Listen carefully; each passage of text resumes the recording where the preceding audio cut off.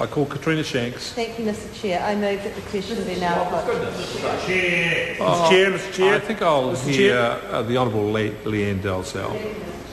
I want to go back to the Minister's comments when he ruled out the changes to Clause 12(1)(b) that I'm promoting. And that is because I think he's misunderstood what the clause was, because he went on to refer to Clause 13 of the bill, which talks about who the Productivity Commission consults with. And the reason that I've moved 1B is to make sure that it's the referring ministers who consult with Business New Zealand and the New Zealand Council of Trade Unions when they're setting the terms of reference for an inquiry. And there's a very important reason for this. And it goes to the regulatory impact statement, which of course I've downloaded off the website now that it's no longer available in the bill as introduced. And it says this is the consultation that they did on this bill. Oh, yes. Discussions were held with a small number of New Zealand senior public servants, current and past politicians, and informed commentators from consultancies and academia. Discussions were also held with the Australian Productivity Commission, the Victorian one, VCEC, and the Australian Treasury. So that's John Whitehead, John Brash and Michelle Butler. That's it. Social partnership. This is a really good start, do you think? And so that's actually the reason why I want the concept of social partnership embedded in the setting of the terms of reference.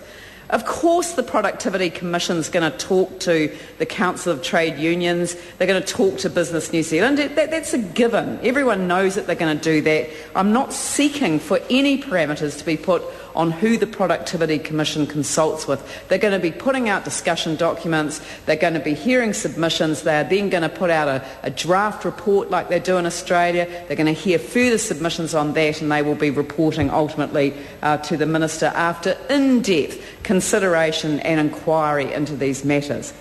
But if the social partners, if our trade union movement, those who represent the workforce, and Business New Zealand, those who represent those who run our businesses, if they are not somehow embedded in the very proposals for the terms of reference for an inquiry, then what are we going to get out of it? And that's what concerns me. The consultation around this legislation hasn't been as inclusive as it should have been, and in fact what we're told in the regulatory impact statement is that the consultation confirmed the Australian experience, which is not surprising since they consulted with more Australians than New Zealanders, and it was judged that further consultation in New Zealand would quickly reach diminishing returns.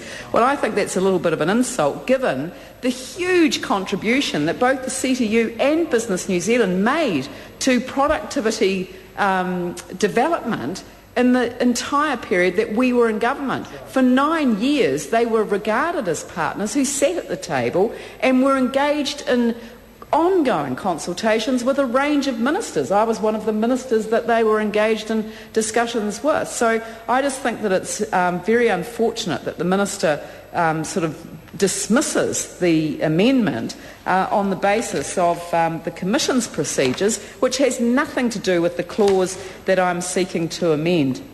Mr.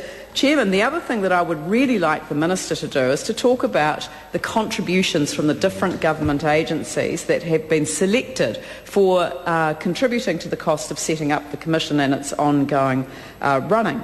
And when one looks at the level of contribution, the largest contribution come from Treasury, not surprising, Ministry of Economic Development, not surprising, and then Department of Labour. And why is the Department of Labour the other large contributor? It's because workplace productivity is one of the major drivers of productivity. It's not the only one, and it isn't supposed to be the only focus, but even the contributing ministries make it absolutely clear that the government itself sees workplace productivity. I mean, it's micro and macro, but the micro is the workplace, and they've said themselves, this is one of the three top contributors from departmental budgets for the setting up of the Commission and its ongoing running costs. It's so obvious that the government itself sees workplace productivity is a key driver to our productivity gains over time. So why on earth would the social partners not be included as part of the setting of the terms of reference? To me, Mr Chairman, I call Jonathan Young. Mr Chairman,